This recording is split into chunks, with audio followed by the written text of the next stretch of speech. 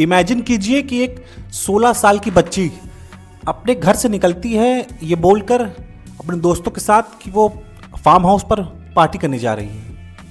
उसके घर से निकलने के कुछ ही घंटों के बाद उसके घर पे कॉल आता है और उसके पिता से वो कॉल पे कहते हैं कि आपकी बेटी टेरेस से गिर गई है। ये सुनकर पिता शॉक्ड हो जाते हैं और हॉस्पिटल जाते हैं।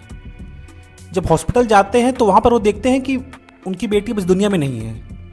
लेकिन अजीब बात यह है कि उनकी बेटी के शरीर पर एक भी चोट के निशान नहीं थे, कुछ भी खून नहीं निकला था, बल्कि वो टेरेस से गिरी थी। उसके बावजूद पुलिस और उस बच्ची के दोस्त सबके हाव भाव अजीब थे, जैसे लग रहा था वो कुछ छुपा रहे हैं। आखिर क्या हुआ उस दिन? ऐसी क्या चीज थी जिससे वो लोग डर रहे थे? इस कहानी को जानने के लिए हमें थोड़ा पीछे चलना पड़ेगा। तारीख थी 9 सितंबर 1989 की। मार्शल शहर, यूएसए।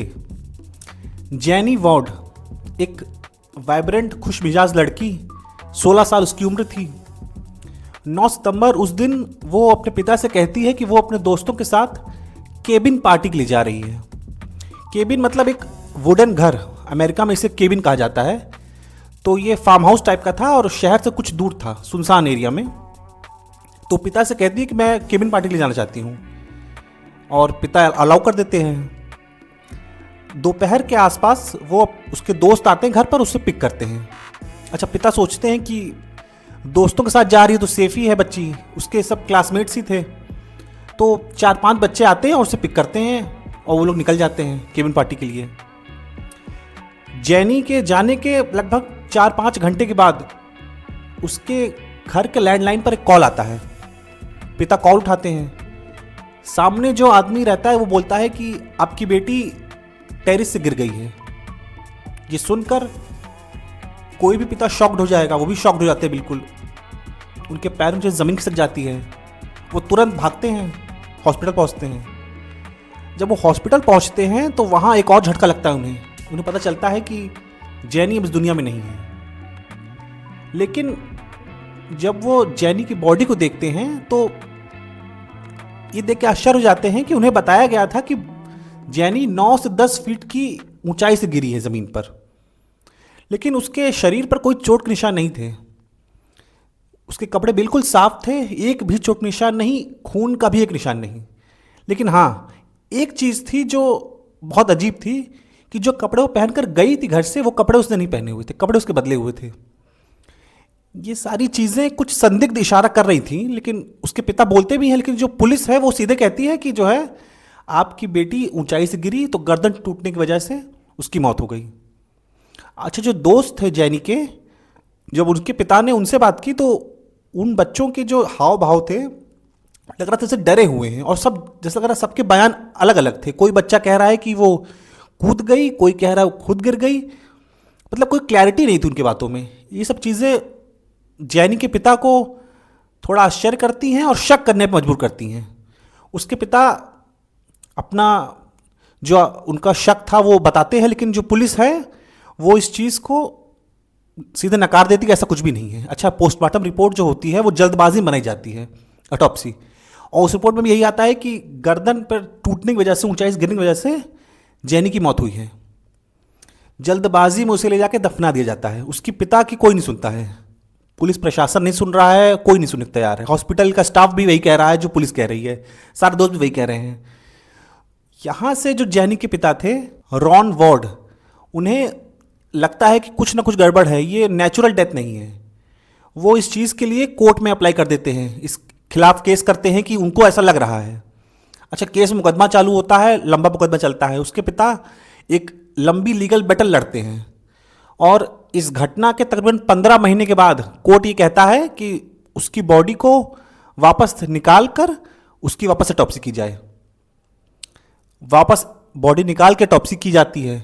जब ऑटोप्सी की जाती है तो इस बार हॉस्पिटल चेंज कर दिया जाता है और अलग मेडिकल एक्सपर्ट्स की टीम अलग से, जो कोर्ट कहता है, वो जाकर जांच करती है।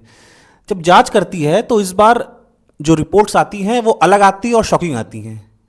बल्कि शॉकिंग अलग नहीं, पूरी तरह से पलट ही जाती हैं। पहले ये कहा गया था कि ऊंचाई से गिरने की वजह से और गर्दन टूटने की वजह से मौत हुई है, लेकिन इस बार आता है कि कोई भी वैसी इंजरी शरीर पे है ही नहीं। सर में थोड़ी बहुत इंटरनल इंजरी है, लेकिन मौत जो हुई है वो उस इंजरी से नहीं हुई है, वो मौत हुई है डूबने की वजह से, या जैसे कोई गला किसी ने दबाया हो, क्योंकि लंग्स में पानी था। इसने पूरे केस को पलट दिया। इसने इस बात को कंफर्म किया कि ये जैसा बताया जा रहा है कि एक्सीडेंट है, ये एक्सीडेंट नहीं है, ये शायद मर्डर है। जब जांच होती है तो एक चीज़ और पता चलती है कि ये कोई पार्टी वार्टी नहीं थी, क्योंकि जैनी ने जैसे बताया था कि वहाँ पर कोई पार्टी थी, कोई बर्थडे उद्दे कुछ पार्टी थी। बाद में पता चलता है कोई ऐसी पार्टी नहीं थी वहाँ पर। वहाँ पर कुछ चुनिंदा इन्फ्लुएंशियल लोगों के बच्चे थे और जैनी के कुछ क्लासमेट्स थे, इतने ही लोग थे और यहीं के बीच की पार्टी थी। तो अफवाहें थी कि कुछ इन्फ्लुएंशियल बड़े घर के बच्चे थे वहाँ पर, और वहाँ पर कुछ ऐसी एक्सीडेंट हुआ है, घटना घटी, या जैनी के साथ कुछ गलत हुआ जिसकी वजह से उसकी मौत हुई। लेकिन पावरफुल लोगों ने जानबूझकर नाम को दबा दिया। जैनी के पिता रॉन वर्ड, जब तक वो जिंदा थे, वो इस केस के लिए लगातार लीगल बैटल लड़ते रहे। लेकिन इस पूरी घटना की, इस पूरी कहानी की एक अफसोसनाक बात यही है सबसे ज़्यादा, कि कोई भी बड़ा नाम या कोई एक नाम सामने नहीं आया है। अफवाहें थी कि हाँ इन्फ्लुएंसर पावरफुल लोग थे, लेकिन कौन थे ये एग्जैक्टली नाम सामने नहीं आया कभी भी। आज भी इस केस में ऑफिशियली रिकॉर्ड पर कोई भी ऐसा नाम नहीं है कि जिससे कहा जा सके कि इनकी वजह से ये हुआ।